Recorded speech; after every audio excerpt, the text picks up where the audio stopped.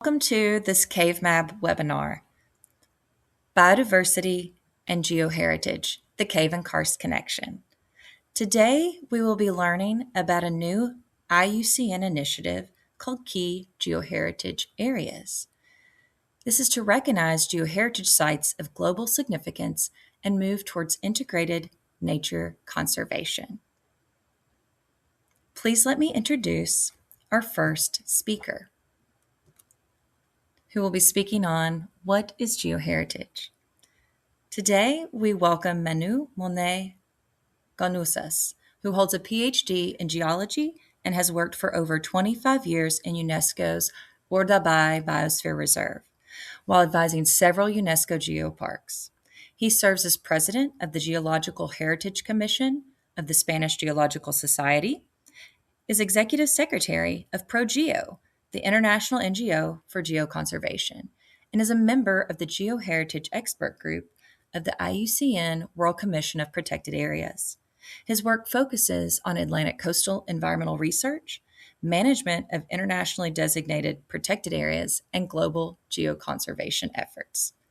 Thank you, and now I'll turn it over to you.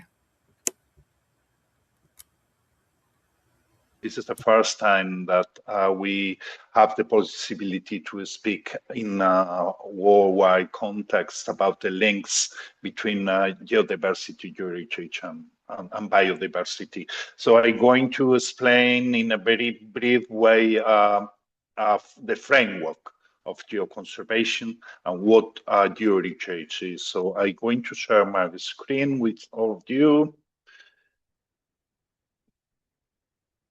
Okay, can you see it properly? Yes. Okay, so the first question we have is what geoheritage is. So here you have a picture. I would like to ask you to think about this picture and to think about what do you see in the picture. I'll give you just 10 seconds to think about it. Let's say 5.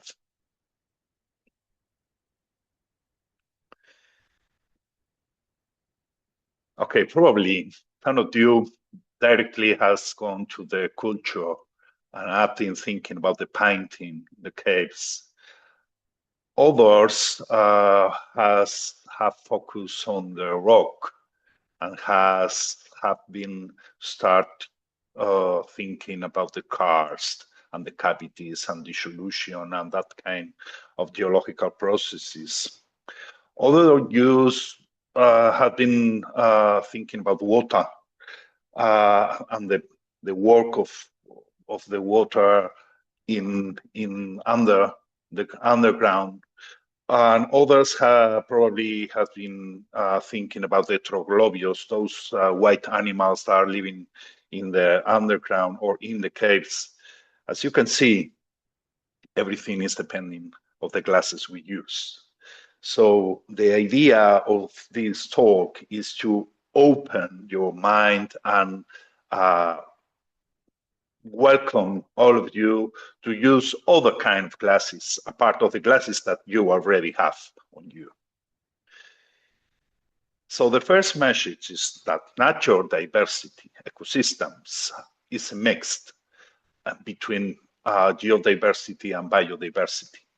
When we speak about biodiversity, almost everybody knows that we are speaking about habitat and species, organisms, and communities.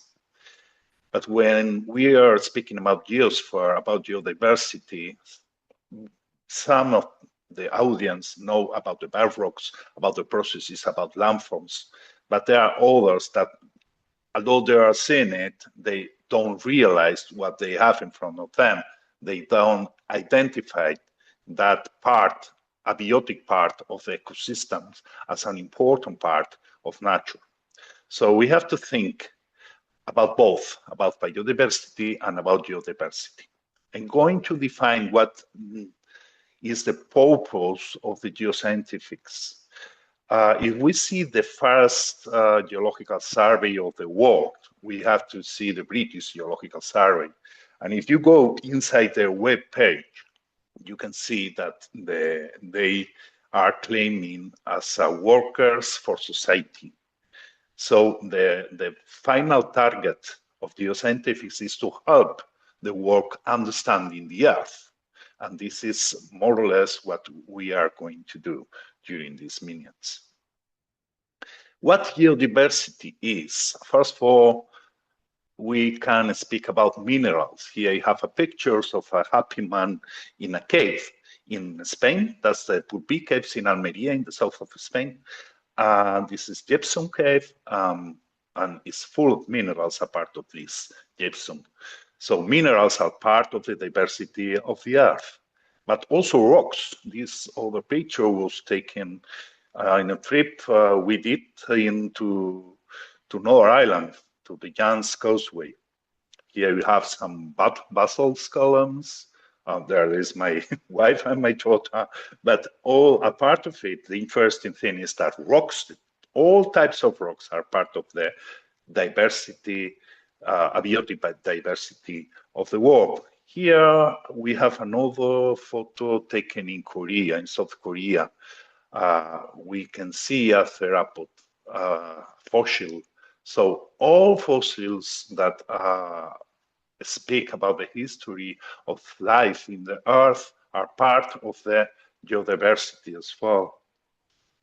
But also soils, which are really important for the developing of activities. All types of soils are part of the geodiversity of the Earth.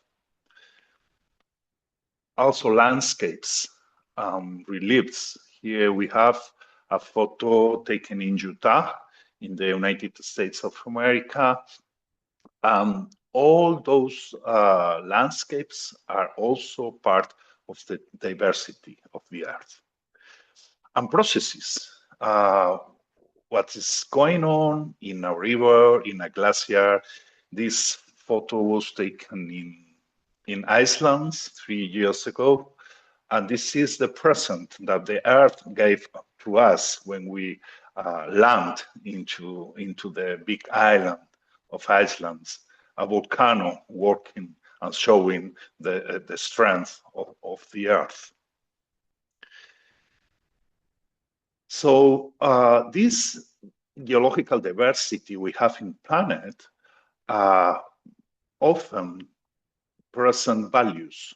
For instance, geodiversity underpin life, underpin biodiversity. So the processes, the type of soils, the type of rocks, the type of minerals we have in the surface is having a direct influence on the biodiversity which is on top. And when we speak about the biodiversity, we include the human being as well. So as we are going to see, there is an ecological influence on ecosystems due to geodiversity.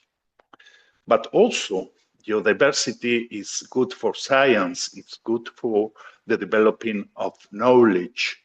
Through the geodiversity, we can learn about the history of the planet from science. So in this case, we see a photo of an ancient fish from Brazil. This photo was taken at the University of Sao Paulo. So through the fossils, we can know about the processes and the history of life and the history of the processes that have been shaping the Earth. Geodiversity can be used also for education. Here we have José Brilla and Dani Ballesteros from one of the Spanish geoparks, in the one situated in Galicia. And geodiversity can be used for teaching, for building capacities. So it can be a huge resource to train people. But it also can be used as an engine for economy. This is the Jelu Geopark in Taiwan. I saw some Taiwanese in the crew, in the audience.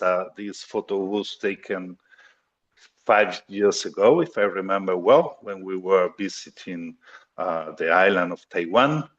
As you can see, it's full of people. People is interested in see rocks, in see stone, in hear about processes, and this can be an input of money for the rural villages, or a sort of way for rural development. As well, sometimes the rocks are used for culture. So we can see that some of the rocks, for instance, this one from South Korea in Busan, has been sculpted and is used to help to develop the beliefs of people.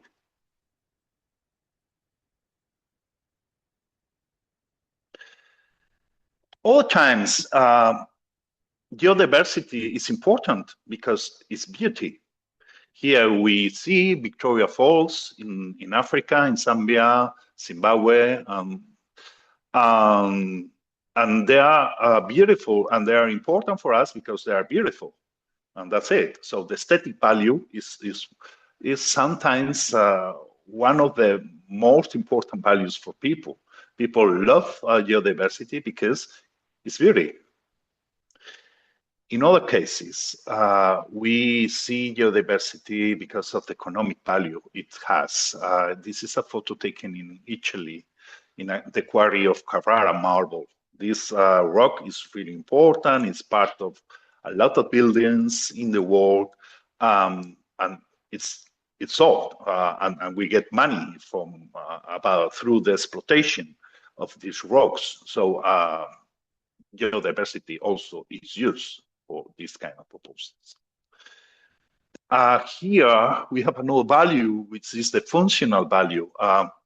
This dam that is in USA, in Arizona, is built in this place because the rocks that are surrounding it are able to support the huge quantity of water that is in the backside of the dam. So the rocks in this case are supporting the infrastructure that human made on that. If we see geodiversity from the theory of the ecosystem services, we realize that geodiversity help us regulating those ecosystems. For instance, there are a lot of processes that are regulated by geodiversity. For instance, the atmospheric and the oceanic processes, the flood regulation, the processes that help us to improve the water quality, or a lot of processes that are going on the terrestrial surface, like the rock cycle, carbon cycle, and other geochemical cycles.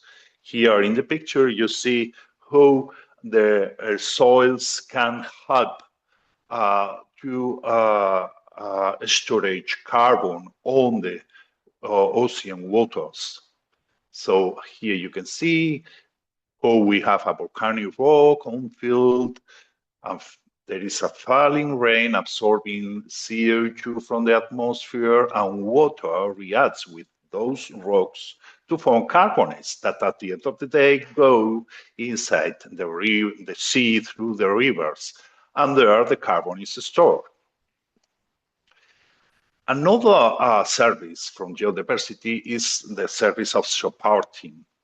The soils is the growing medium where everything happens. The land and the water are beautiful platforms for human activities like navigation, surfing, and also we can use the rocks as a burial and storage place. Landfills, radioactive waste storage, oil and gas reservoirs, water storage, and so on. And of course, the geodiversity is the source of habitat provision. In this picture, we can see that the more geodiversity we have in a place, the more biodiversity we are going to have. Here we have a place with low geodiversity, and as you can see, the biodiversity is low. But when we have high biodiversity, we will have in the underpinning it a high geodiversity index. This is really direct. The other service provided by geodiversity is the provisioning. This is the very direct one, the one we see very easily. So because we can take food and drink stuffs for us, we can check that there are minerals and nutrients in the soils. We can provide people with energy through the geothermal or hydroelectric or tidal wave or wind powers. Of course, from the geodiversity, we get construction materials, products for our rings or our ornaments, and as well industrial minerals like metals, pharmaceutical minerals, fertilizers, and so on and so on and so on. Here in this picture, you can see for a smartphone, the huge quantity of minerals that are needed. So almost all of the minerals that you can see in this table are inside a small smartphone that probably most of you have in your pockets. But also there are other services like the cultural services that are provided by geodiversity. As I've been telling you before, geodiversity can be the key to around and geotourism and leisure activity. Also, they are part of the cultural, spiritual, and historic beliefs of people. Sometimes they can be used as artistic inspiration, or also they can be triggers for social developments. And as I've been told you as well, they are part of the understanding of the history of the Earth. Here you have in the picture, a picture from the south of the planet, from Australia. And here we have the rock, which is called Ayers Rock or Uluru in the language of the natives of Australia. So this rock is for them is really a very, very important rock. It's part of their culture, it's part of their belief. So it's so important for they to live properly. As well, geodiversity is part of the way to achieve the sustainable development goals. Here you have how geoscience and geodiversity can help achieving all these goals that are worldwide shared among the managers, scientific, and politicians. They are trying to achieve them in different scales, from the worldwide scale to the very tiny scale. And here you can see different examples. So geophysics, so how we can work on contaminated land in environmental geochemistry. We can, through mining and mineral resources, you can get minerals and so on and so on. You have a lot of examples. So at the end of the day, what GEOHERITAGE is the part of geodiversity that have something of value. Let's say something from the scientific value, something from the touristic value, something from the educational value, aesthetic value, ecological value, cultural value. And what do we do with GEOHERITAGE? We try to apply a geoconservation strategy. That means a management strategy for GEOHERITAGE and also for the geodiversity that is key for biodiversity. So we have to run some policies to achieve all these ideas. Here you have a key publication about this. If you want to go farther on these concepts, you can just scan this QR code and you can go directly to this publication that have been downloaded by free. And that's it. Thank you. Thank you, Manu. Our next speaker, if you have any questions, again, please put those in the chat. That was a great introduction to geodiversity all around the world and how important it is to our livelihoods, to our future. And so thank you for sharing that and really setting the stage for our next speaker, Jose Brilla.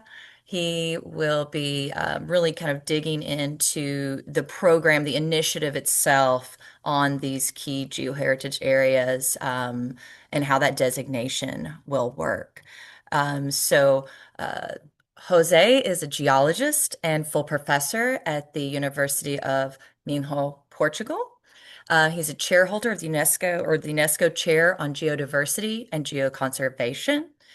He is a member of the IUCN World Commission on Protected Areas and its GeoHeritage Specialist Group. So I will now turn it over to Jose. Thank you very much. Good morning, good afternoon, good evening. First of all, thank you very much for the opportunity to present here in this webinar something about a new IUCN initiative that I think and I'm sure it is very interesting for all of you. So I'm going to talk about key geoheritage areas, and specifically I will try to convince you that why we need a new international designation. Well, the first reason why we need a new international designation for geoheritage is because the existing designations do not cover all geoheritage of international significance that exist in the world.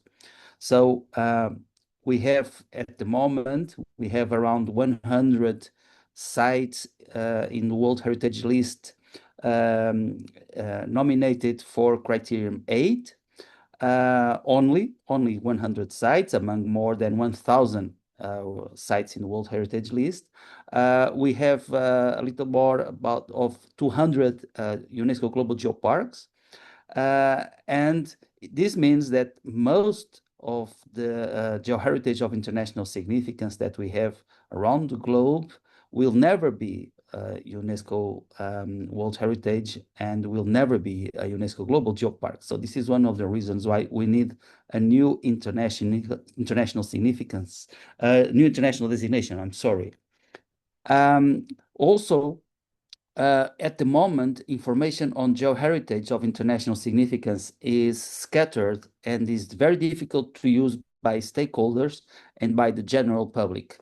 So if we need to get information, we need to go to the website of World Heritage, and then we need to go to the website of UNESCO Global Geoparks, then we need to go to the website of IUGS and so on. So the information is very scattered, and this is very difficult to have a general perspective about geoheritage internationally.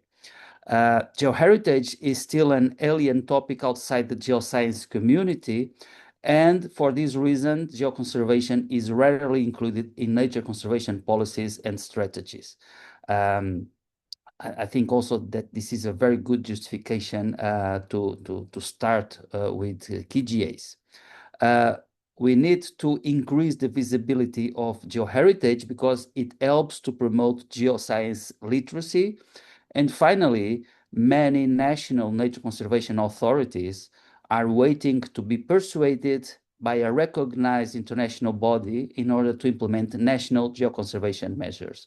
We are convinced that once IUCN starts with this initiative, little by little, the different countries that are also IUCN members, little by little, they will incorporate this new designation into the national legislation.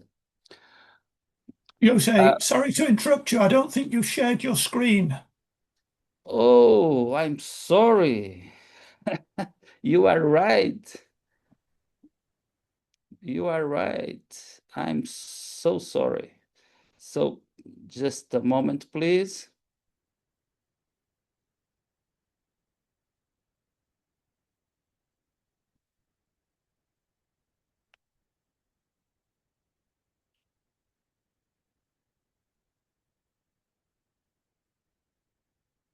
I am having an issue here.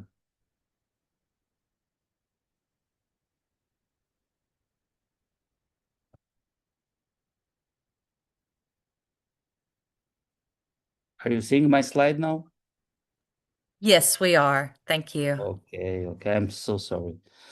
So I was explaining some of the reasons why we think that we need a new international designation that I just mentioned.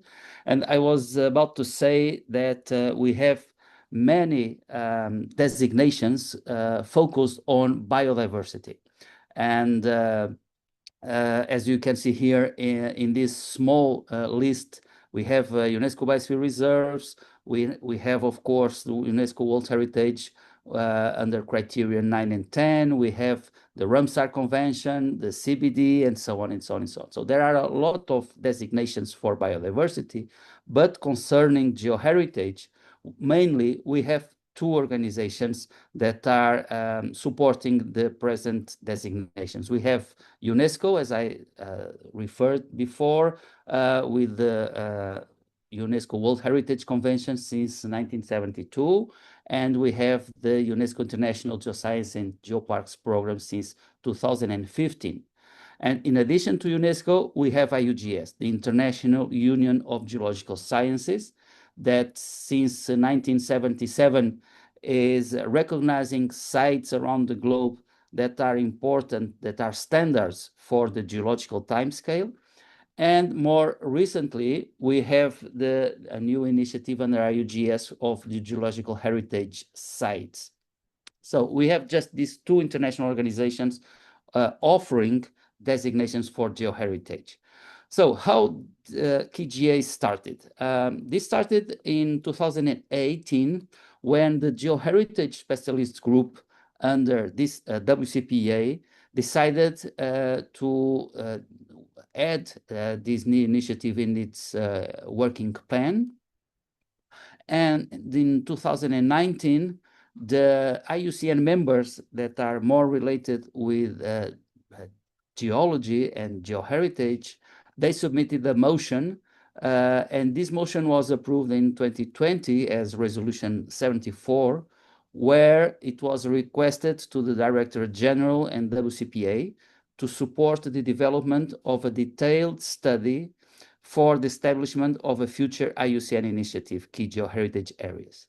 So based on this resolution from 2020, a working group was established in order to prepare the guidelines. These guidelines were under public consultation in July 2023. And finally, the guidelines were published in March 2025. And I included the PDF for these guidelines in the chat window. Finally, a new motion was submitted to the IUCN General Assembly last year, and in October, it was approved as resolution number 124. So this resolution is really the final decision in what concerns the establishment of KGAs under IUCN. As you can see, it requests the Director General of IUCN to work with KGA partners to identify, protect, and promote KGAs, and also invite, of course, commissions, members, and other institutions to work in order to identify, document, and manage KGAs. In addition, it divides governments to support KGAs and to invest in the identification, documentation, and management of KGAs. But what is a KGA? Well, a KGA is an area with well-defined boundaries where significant geological features, so as Manu said, rocks, minerals, fossils, sediments, soils, landforms, and landscapes, represent past or ongoing Earth processes, contributing substantially to the global understanding of the planet's history and its life support systems, and also provides opportunities for increasing public awareness, knowledge, and understanding of geoheritage conservation. In addition to this scientific value as geoheritage, KGAs may also have other types of values, as Manu just explained to us. The main aim of this initiative is to recognize and maintain geoheritage values of international significance and to communicate and promote this information in order to foster their conservation and advance geoconservation worldwide. In order to designate KGAs, there is the need to satisfy several criteria. So criteria like representativeness, rarity, and type or key locality are vital in order to recognize KGAs. And also evidence and scientific knowledge is important to present, of course, and with the consideration of its integrity. So these are the criteria that will be used to nominate KGAs. And the international significance, when we're talking about international significance regarding KGAs, is justified by the exceptional value of geological features associated with at least one of these geological themes that are listed here on the left, and within the regional, geographical, and or geological context where the KGA is located. So this is not like the World Heritage, where the World Heritage Site has to be one of the most representative of its kind around the globe. Now here, for the international significance of KGAs, what we are referring is to the regional, geographical, and geological context. This is what the guidelines that were published included regarding governance. So several bodies will support the initiative. First, we will need a partnership where scientific organizations will be invited to nominate representatives for the council, the KGA Council. Then, of course, we will have an executive committee, and very important, we will have 12 scientific committees with experts, one committee for each theme. And of course, we will have an advisory committee and the secretariat in order to help to have all the initiative going. Regarding the submission procedures, international and national scientific organizations, geological surveys, and the public administration bodies will be able to submit proposals for KGAs, but also individuals, local and indigenous communities, and NGOs could also submit nominations, considering that they have a support letter from a national or international organization. So this is the cover of the KGA guidelines that were published last year. And as I said, they are free to be downloaded. And the next steps is to invite partner organizations to be and to constitute the partnership of KGAs. We need to set up the KGA governance. So we need to invite experts in order to build the different committees and for the different governance structure of KGAs.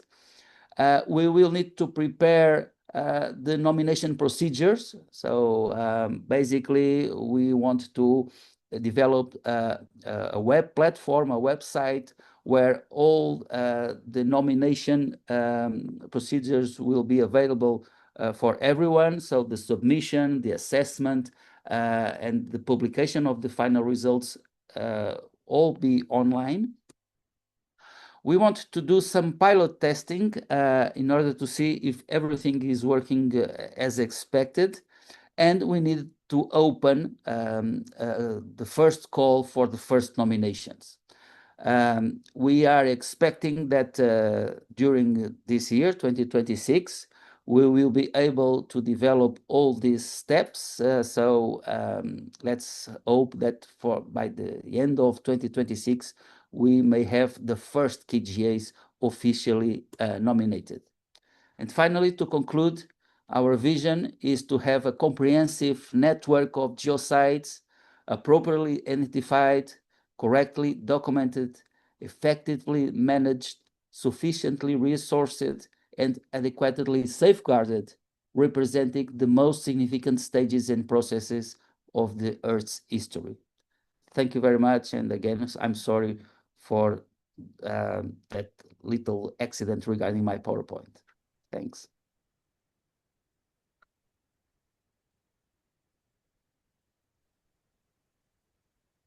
Thank you, Jose, for sharing all that information with us and that process. And I look forward to seeing how it goes this year and what sites are designated. Again, that PDF, the link that he showed some of those for those guidelines is in the chat, and so you can download it there. Thanks again, Jose. So our next speaker is Dr. John Gunn.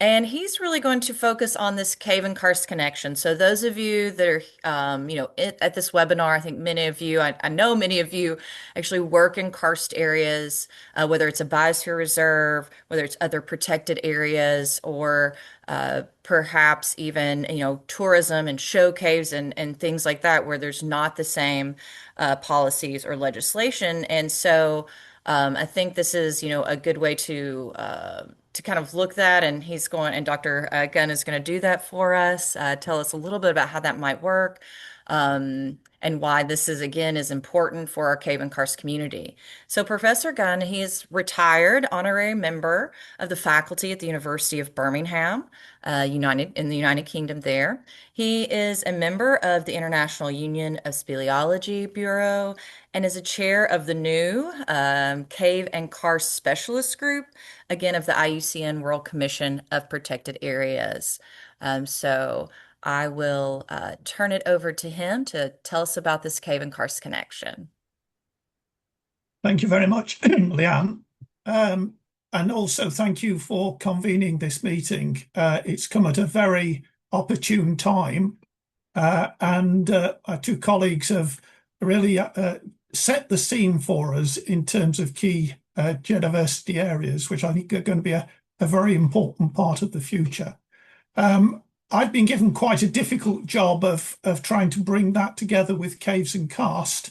I start with this picture actually because it's the cave where I did my PhD in New Zealand. My theming includes obviously the geodiversity, but also how the geodiversity and biodiversity are linked together. So the themes that I'm going to look at are the connection between cave and karst and key geodiversity areas, some brief thoughts on cave and karst geodiversity, and also perhaps strangely, how do caves connect to karst, because we tend to think of them together. To look briefly at how the current network of IPA, that's the International Protected Areas, how adequately does it protect our subterranean biodiversity and geoheritage, and then introduce you to our new specialist group in IUCN. So Jose has mentioned that it was Resolution 74 in 2020 that really brought key geoheritage areas to the fore. But there was another part to that resolution, and this is that part. And it, as well as looking at geoheritage, it reminded us about the complex dynamic processes linking the Earth's surface and underground rocks. It recognised biological and geological interest in natural cavities, combining endokarstic and volcanic geological formations with terrestrial and aquatic habitats. It also reminded us that underground environments are largely unknown because they're invisible to most people and hard to access. They're a pioneering frontier for scientific research and discoveries. That's why, of course, we need speleologists to be involved, people who actually go into the caves and carry out this research. It encourages the national member organisations to respectfully explore and study underground environments and their interactions with the surface. And it also calls on the states to take into account specific issues linked to underground environments in the definition and implementation of nature conservation policies, to adopt a holistic approach to the management of underground natural environments, considering all relationships between biological and geological elements. So this is very much where we start thinking about our relationships with KGAs. And again, Jose's sent a copy of this document, the scoping study and guidelines, and he's mentioned that there were 12 themes. One of those themes is theme 6, which is cave and karst systems. And they're defined there as systems developed predominantly by dissolution of soluble rocks, mainly carbonate rocks and evaporite rocks, although also in silicic and quartzite rocks. Drainage mainly underground with closed depressions and sinkholes on the surface, caves and other conduits and passages underground. Now, some of you are very well aware of these links, but I just thought it would be worth us having a quick look at cave geodiversity and exactly what we mean by a cave, because the term is surprisingly often misunderstood. It's a naturally formed void in earth material that's large enough for human entry. And I've used this slide many, many times since I took it in 1986 in Tonga, because where my friend's feet are is most definitely a cave, but where his head is just about at the end of the cave. It is no more a cave. But of course, caves like this are simply accessible points on a network of smaller tributaries and conduits. So we have to consider both the cave and its catchment. In other words, that water that the arrow is showing doesn't know that it's currently in a cave, and it doesn't know that it'll currently be leaving a cave. And neither do many of the creatures that live in it.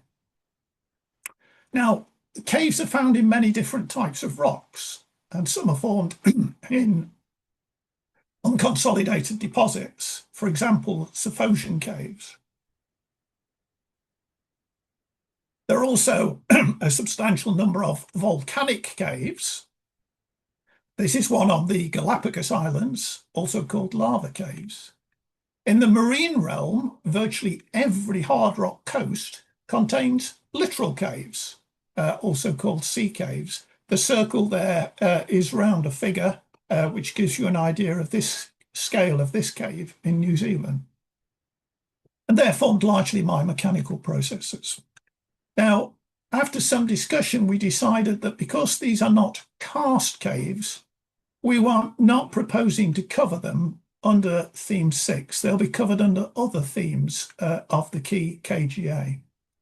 Instead, what we're going to focus on is the majority of caves, the ones formed by dissolution, karst caves. Now, I've been lucky enough to go in hundreds, thousands of those caves across the world. So some examples here. The main rocks then, carbonates and evaporites. So, for example, a large cave in New Zealand in carbonate rocks, a smaller cave in Neoproterozoic marbles. We have caves in gypsum in the Ukraine, in Podolia, and we have spectacular hypergenic caves in Germany, and those round features on there are alabaster balls within the anhydrite. And of course, all of these caves also have the biological interest. These are not stalactites. This is the same cave as in the top left. These are in fact the threads of cave glowworms. So this is very much the habitat for the glowworm. And I thought I'd include this from near cave as a reminder of the human interaction as well, because you can see a variety of bamboo scaffolding through this cave as people have gone in search of birds' nests in there. So a huge variety of geological features within the caves, which we've got to somehow pull together in our KGA 6. In addition, of course, we've got these silica-rich rocks, particularly sandstones and quartzites. I was lucky enough to visit the Ibitipoca region of Brazil in the summer, and we look at these caves. Those of us who are cavers who've perhaps not gone to these regions wouldn't know that you are looking at caves that are actually in sandstones, not in limestones. The morphological similarity is remarkable. And of course, we also get collapse dolines, and there's a whole ecosystem developing on the floor underneath. And on the walls, we have bacteria and some spectacular insects. On the surface, our karst landscapes are characterized by distinctive landforms and hydrology.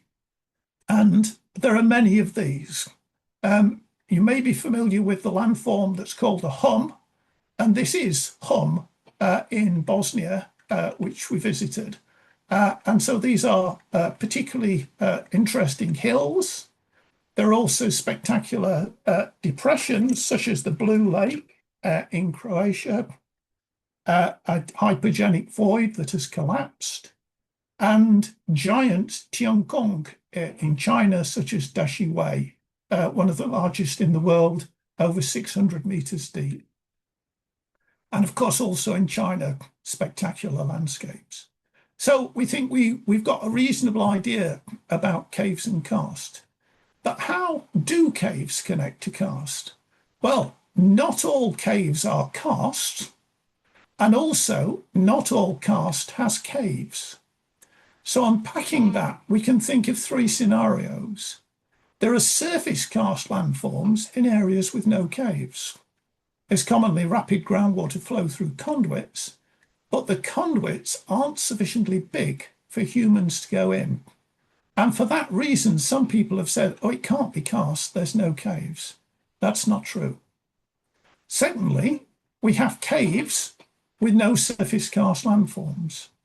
That can happen if we have hypergenic caves, which are developed from the bottom upwards, or if we have epigenic caves beneath a non-carbonate caprock. And then, of course, the majority caves underlie and are intimately related to surface karst landforms. So let's unpick that one. Here are the Cretaceous and Jurassic limestones of southern England. So south of that line, we have large outcrops of Cretaceous and Jurassic rocks with virtually no caves. The landforms on the surface are clearly karstic. We have dry valleys, we have sinking streams, another dry valley here, and big springs. Very rapid flow through conduits, but there are no caves. So this is karst on the surface, no caves underneath. What about caves that do not underlie surface karst landforms in the case of hypergenic caves? Well, this is the semi-arid region near Carlsbad in New Mexico in the United States. Looking at that slide, it would not instantly say to us, this is a karst landscape. And indeed, on the surface, we have very few karst landforms. One of the few landforms is, in fact, this hole just here. It's 27 meters deep, but that hole gives access to one of the world's greatest caves, Lechuguilla. 245,000 meters of cave have been explored there. And this 3D representation gives you an idea of what's beneath the surface. All we see on the land surface is that entrance that's circled. Beneath it, we have all this cave passage. And one of the features down there are these spectacular gypsums. One of the greatest caves it's been my privilege to visit. Now, we also have caves that underlie surface karst landforms that are epigenic. And Ogof is the second longest cave in Great Britain. It's got some of the largest cave passage in the country. The 70 kilometres of that passage is mostly beneath non-carbonate surface geology. So our limestones are in here. The limestones are north of that red line. And then this is sandstones and then coal measures group, because the limestones are dipping underneath this cover. So if we were to say, okay, we have to only designate the area that's got limestones at the surface, we would miss the majority of this cave system.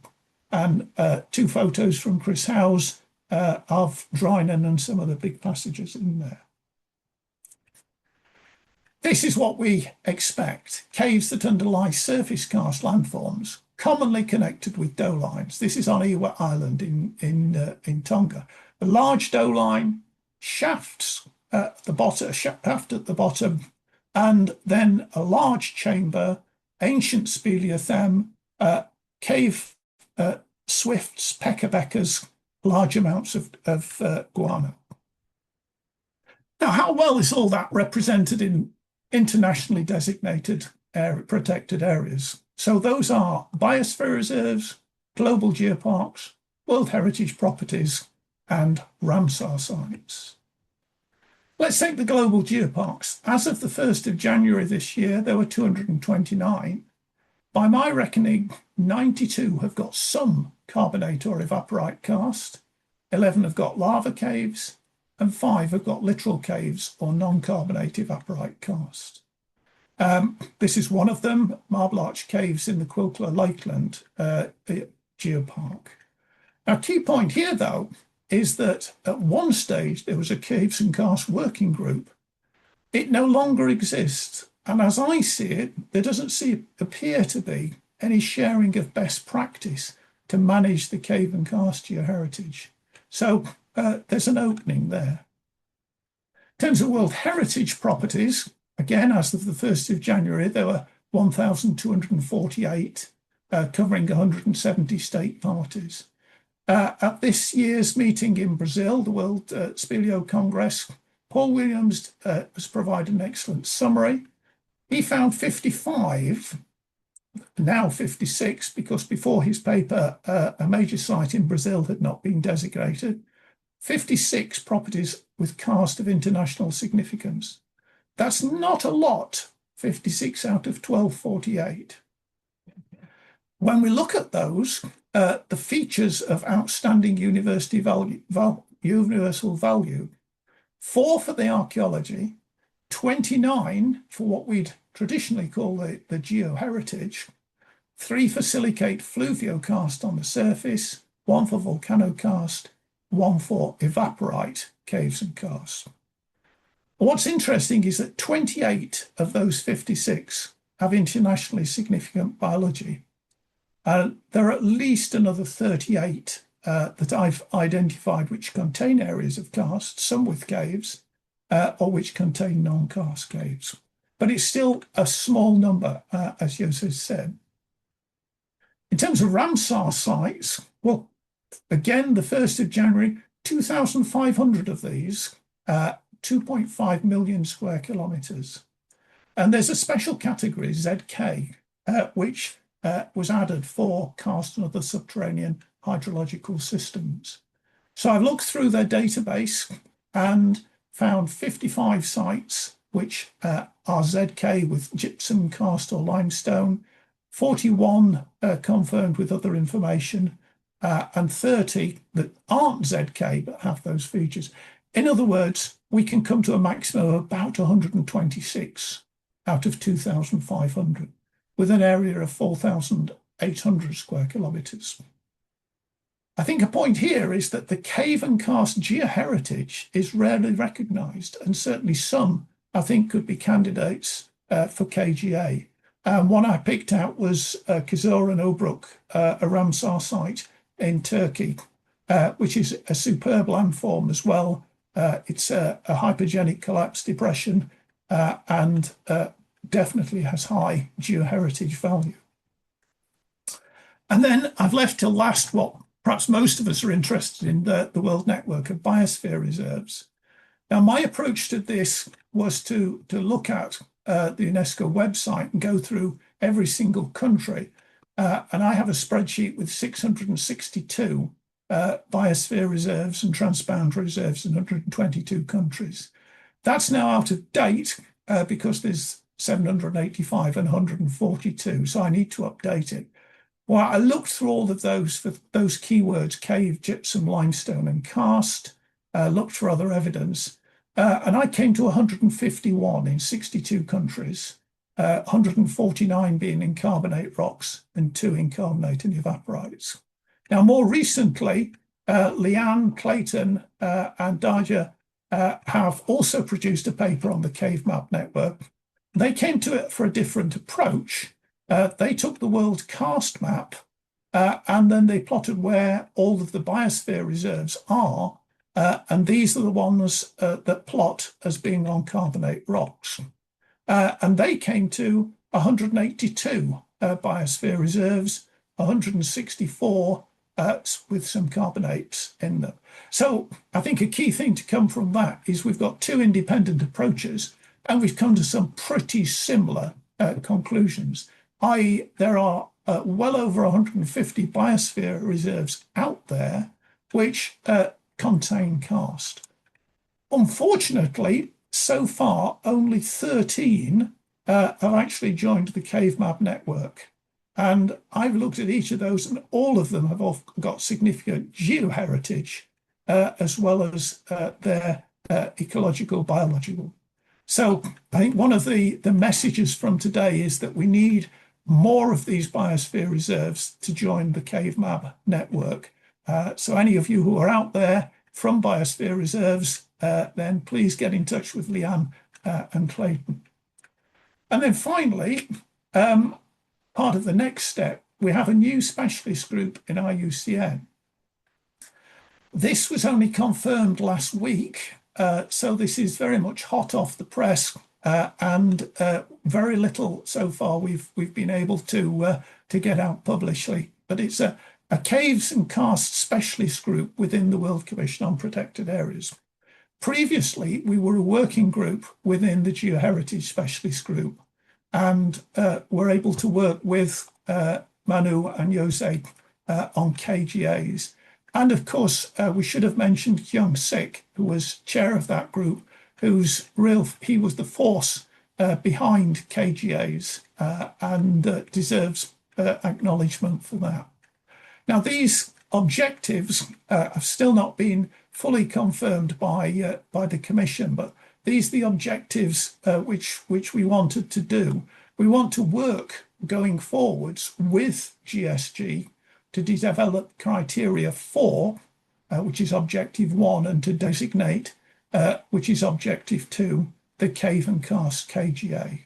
So very much we see working with GSG in this area, but almost helping them by having a separate group involved.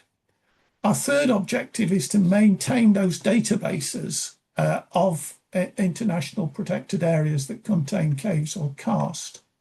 And then our fourth objective, which goes back to the 2020 resolution, is to encourage a holistic approach to the protection of cave and karst features in international protected areas, because we feel that some of the IPAs that have been designated mainly for geological reasons, there's a biological interest that's not been fully recognised.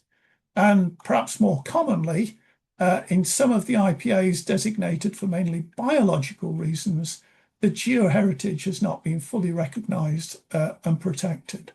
So what we want to really do is understand how caves and karst are currently managed and protected, and then to promote protection of the whole karst geoecosystem. So KGA and biological interest working together. And there we are. So thank you very much, and I look forward to the discussion.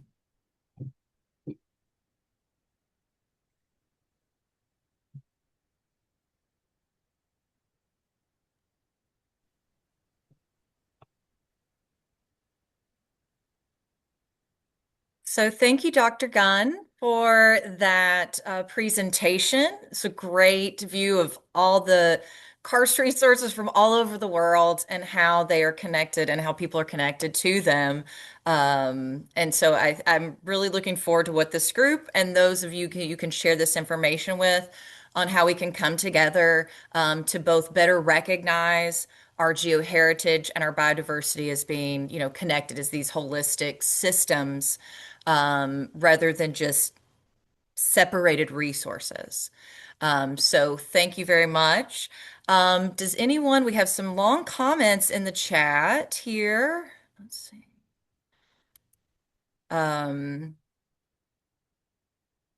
See if we have any, I haven't got any questions so far. If there's anyone who has a question or a comment, you are welcome to unmute yourself and ask that. Or you can put it in the chat and I can read that for you, whatever you are more comfortable with.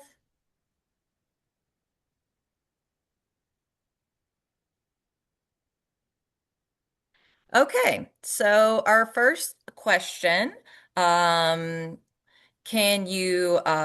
from Kingsley. And the question is, can a key geoheritage area and a geopark exist in the same? Can these be overlapping or, multi-designated areas? Okay, so I guess I can answer that. What we are expecting to happen is that, yes, we may have KGAs with different designations. So, for instance, we all know that UNESCO Global Geoparks, they must have geoheritage of international significance. So this means that probably this geoheritage of international significance could be a KGA. So geoparks could have KGAs inside, as for instance, a national park in a certain country may have KGAs as in one of the sites or two of the sites of the national park. So the short answer is yes, KGAs may have multiple designations. Yeah, if possible, Leanne, I would like to add some comments. Yeah, I would like to focus on the KGA purpose. The idea and the main target of KGAs is the conservation of that geosite. So doesn't matter you are in a global geopark, in a biosphere reserve, in a national park, in a very tiny local protected area of your village. If there is a geosite of international importance, let's identify it and let's work for its protection. That's the main target of the initiative. That's because this is located inside IUCN, because IUCN is the most important organization for nature conservation. And in case you are already in a protected area, and this area is declared mainly because of biodiversity, let's add this adding value, which is the having all of geosites of geoheritage with value, geosites with interest, and let's introduce all these stuffs in your planning, in your protected areas working stuff. This is the most important thing that we want to achieve through this initiative. Thank you. Thank you, Bo. Did I hear someone else coming in with a question, or we just got a little noise? Well, our presenters did so well. We are all caught up on how this will work. And I want to also say, there's a lot of information out there. Please stay in touch. Reach out to those of us. So one thing I want to mention, another resource that's in the chat that Manu left us was an information about ProGeo, which is an international group that is promoting geoconservation. And so there's information there, and you can join. It's a QR code, so you can go to their website and learn more. So it's, again, a group of folks wanting to work towards these same goals that we're talking about today. So please check that out. I know I did have a question. Okay, we got some more questions coming through. So let's look at those real quick. The other one I had was, can the PowerPoints be shared? This webinar has been recorded, and so I will be putting that on the CaveMAB YouTube channel so that that's accessible for you to watch.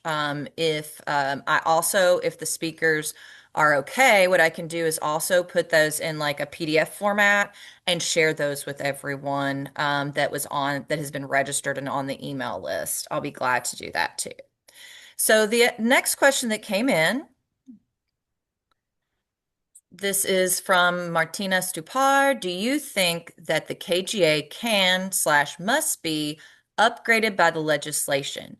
It is not enough to have a list of KGA areas without some kind of directives or international obligation. Any our speakers have some comments on that? Yeah, I can say something about this, reinforcing what Manu just said. So the idea is not to have just a list of sites, of important sites.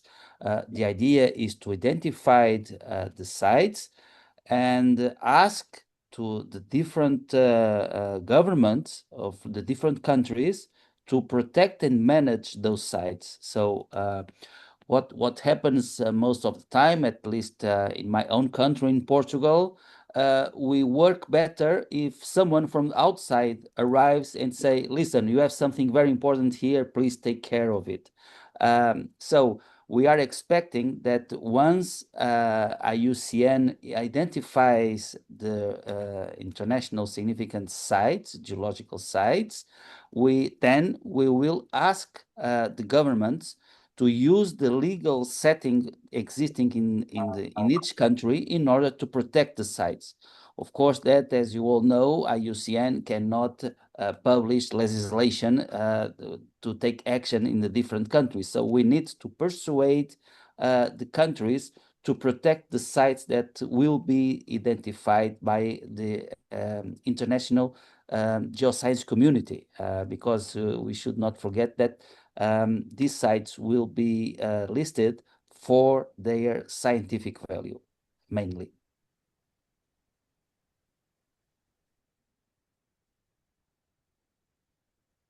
You are muted, Leanne. We also have Sumaya Ayadi. Would you like to ask a question? Yes, hello everybody. Well, thank you very much. It was really inspiring to see all those presentations. What I wanted to say that I'm talking from Lebanon, where we are working on an initiative of a geopark.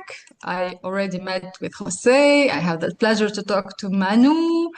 I know Mr. Aqil Zubaydi, which is here. Hello, everybody. So, and we've been working actually, we've been focusing on the relationship between geodiversity and biodiversity actually within our initiative or geopark initiative. We've been looking to soil, to karst, to caves. And yes, actually, there is a very nice outcomes, a very nice results. Actually, recently we submit a small abstract talking about the role of caves in bat biodiversity, in bat diversity and dispersion. And we've been trying to compare the lithology, of karsts and the population of bats within those karsts. And we found out that it can be different actually between the sandstone caves or limestone caves, or somehow we can find a kind of mix actually of limestone. So yes, this relationship is even obvious somehow, but we need to talk about it. We need to make it, we need to highlight it. What I wanted to say, in Lebanon, we had worked on the identification of our geoheritage somehow. And even outside the area, the suggested area of the geopark, we still are able to identify very relevant geosites. So the approach that we had, or at least we thought about, is to work on a legislation. And we submit already a decree to the Minister of Environment in order to classify the geosite, based, of course, on their importance. Well, we try to work on international importance, but also on a national importance level, okay? But for us, it's a few places, few sites that needs to be protected for the importance that they can reveal, the importance that they show actually for the science, for the geology, etc., and the biodiversity also.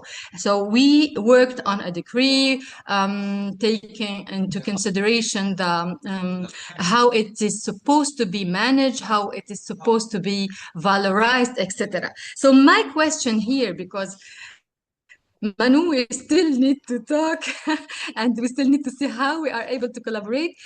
We had all the work done. Now, if I think about the KGA, for example, those sites, they are able to be somehow classified as a KGA, for example, is the work that we've done can be somehow compared to what you are preparing already. By the way, I am also expert in the IUCN expert also, but we really need to look into all those experiences all around the world and see how we can move forward in order to get to have this real conservation of the geoheritage. So this comparison, how it's supposed to be done actually. And thank you very much. Jose, may I? Sure, go ahead. Thank you. Well, it's nice to see you again, Sumaya. It's very few times we have been together in Abu Dhabi at the IUCN World Conservation Congress. We had a beautiful meeting there, and we had the opportunity to share our knowledge and our opinions about geoconservation.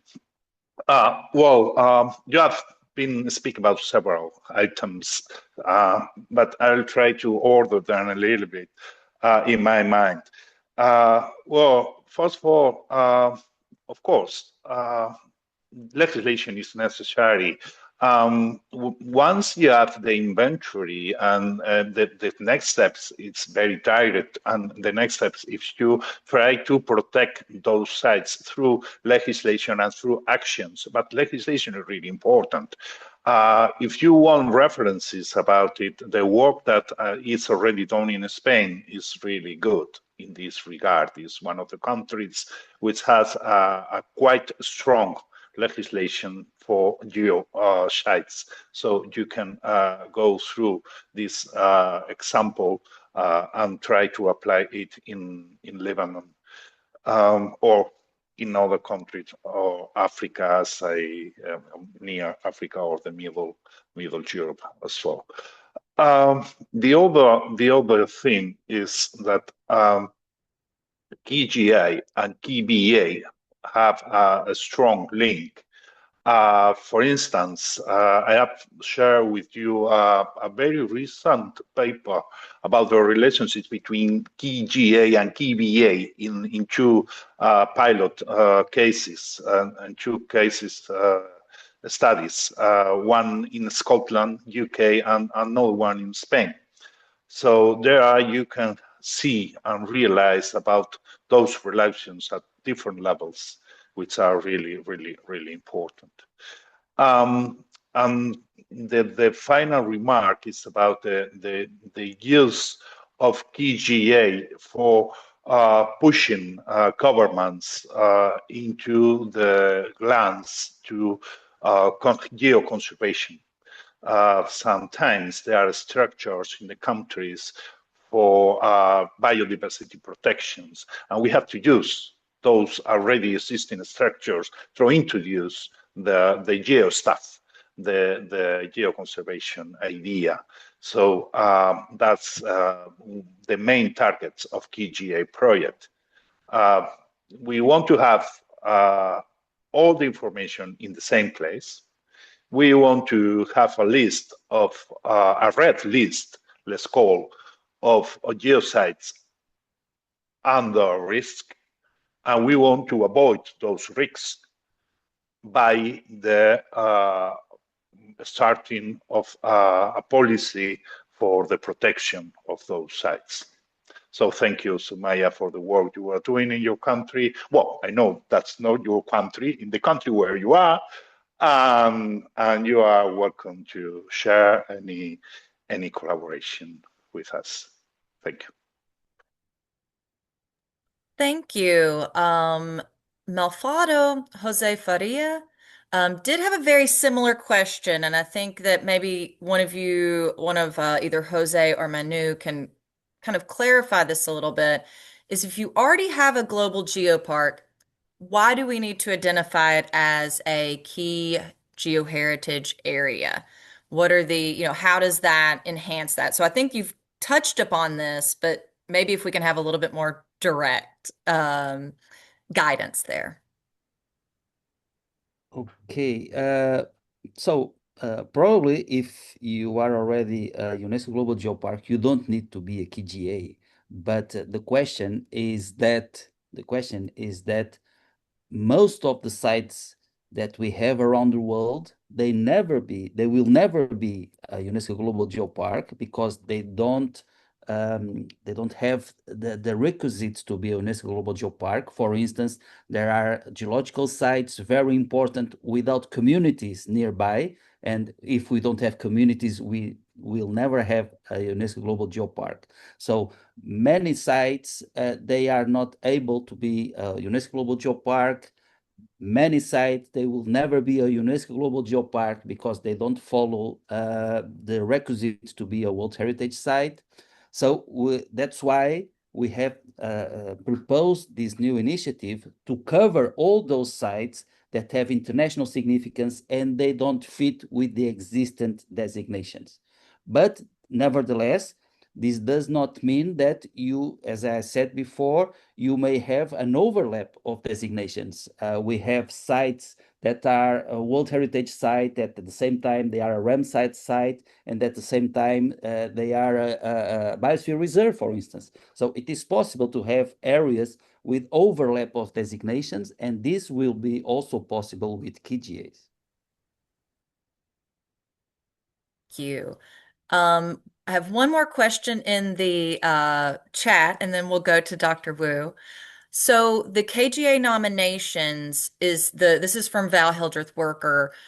When do the KGA nominations begin? And I think, she's also asking, can they be private or are they institutionally managed? And I'll let one of you answer. Manu. Okay. Now, what's the situation right now? We have very recently been accepted by IUCN as an initiative, as a proper initiative of IUCN. It was in October last year. So the working crew is working hard on the arranging of the project. So we are going to have a key meeting in South Korea next June. Probably Kyunsik, which is in the audience, can explain a little bit more about this important meeting that is going to be in South Korea, in Busan, in next June. We are organizing the expert crew on the 12 themes that you will see in the guidelines. We have identified, as Jose has told us, 12 key themes about geology, let's say, geosites. So the idea is to compile the applications that will come in those 12 themes and to send the application form to experts from different international organizations. So right now we are working on this committee.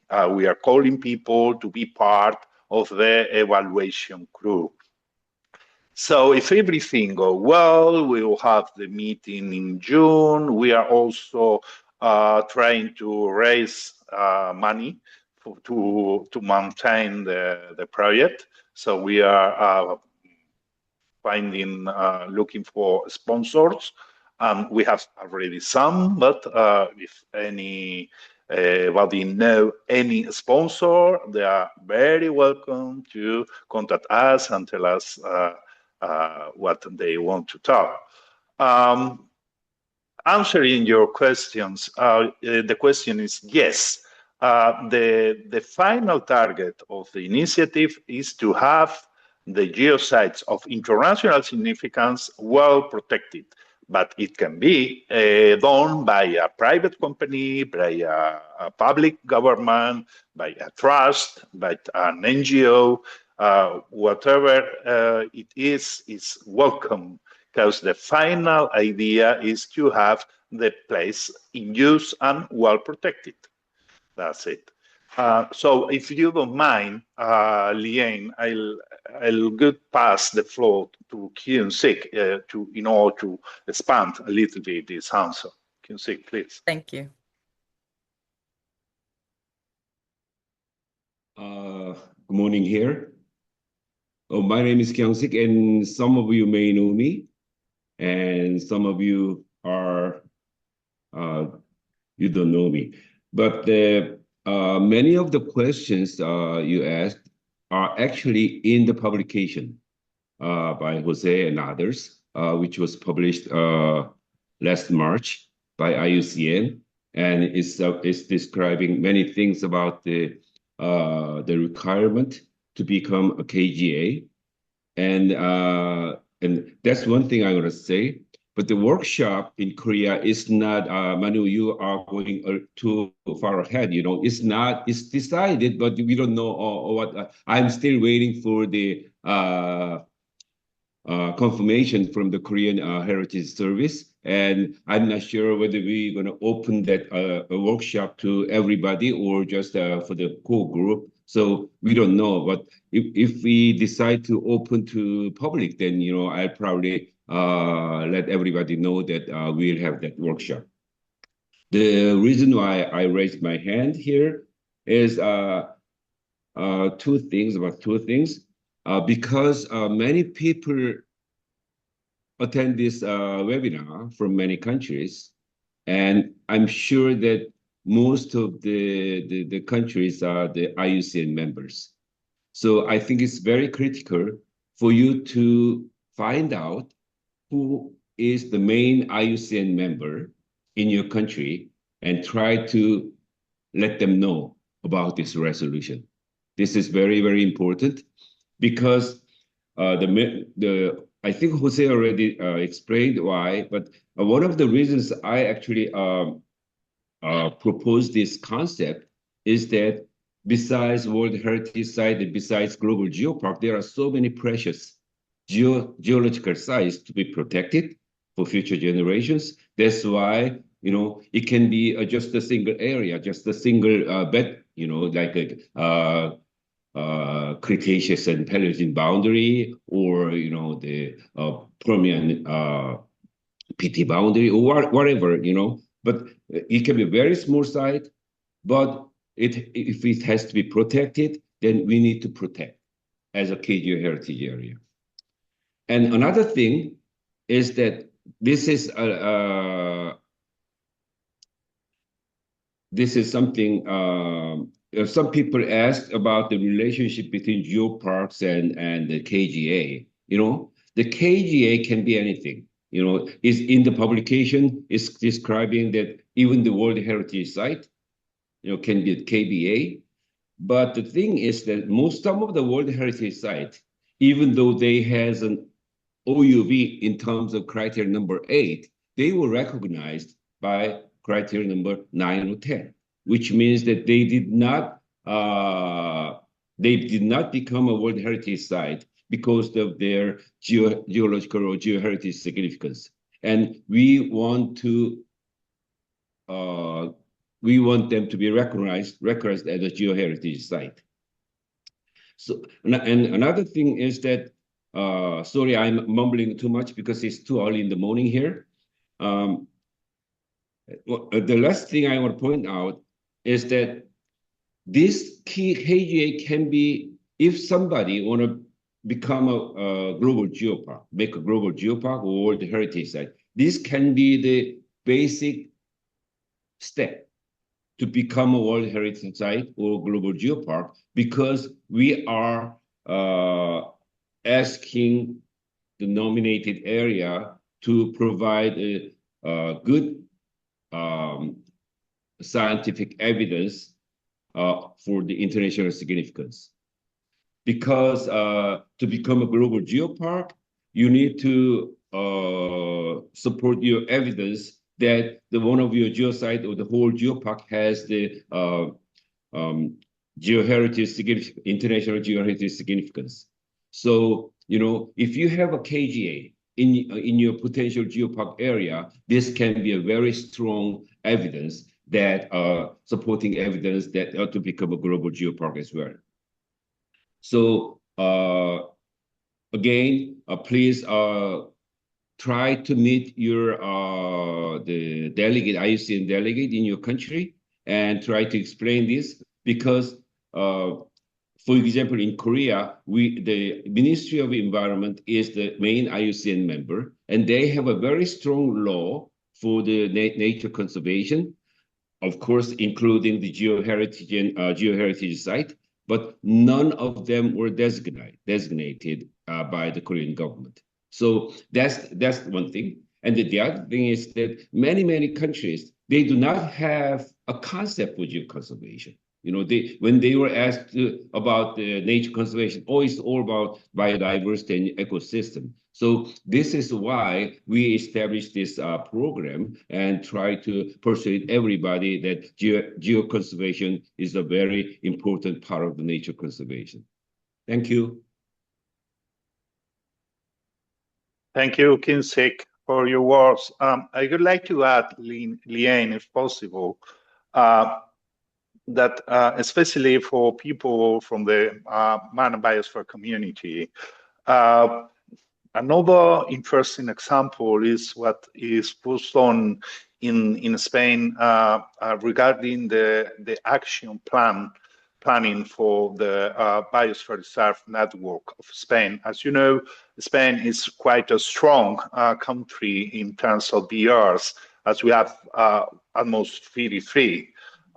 So in the action planning of Ordesa Viñamala, as you know, we had the Lima action plan, and from the Lima action plan, we go to the country's action plans. In the case of Spain, we have the Ordesa Viñamala action plan. Ordesa Viñamala is a BR that we have there in Spain, and for the first time in 2017, we introduced geoconservation in the action plan. So it's more than 10 years that geoconservation is in the target of the Spanish Biosphere Reserves. I don't know what happened in China during the last meeting, but I know that Clayton and others were pushing to introduce the conservation of geosites in the aims of the Manam Biosphere program of UNESCO. And I would like to ask Clayton or others about the final new action plan for BRs. Because I've been working a lot together with the person in charge, which was another Spanish one, Natalia Beltran, from the Spanish government, from the Secretariat of UNESCO. And we have been a lot speaking about these possibilities, about the possibility of adding the conservation of geosites inside the aims, the goals of the action plans of the countries. So anybody in the audience who has information about this new action plan for BRs could be really pleased to hear them about it. Thank you.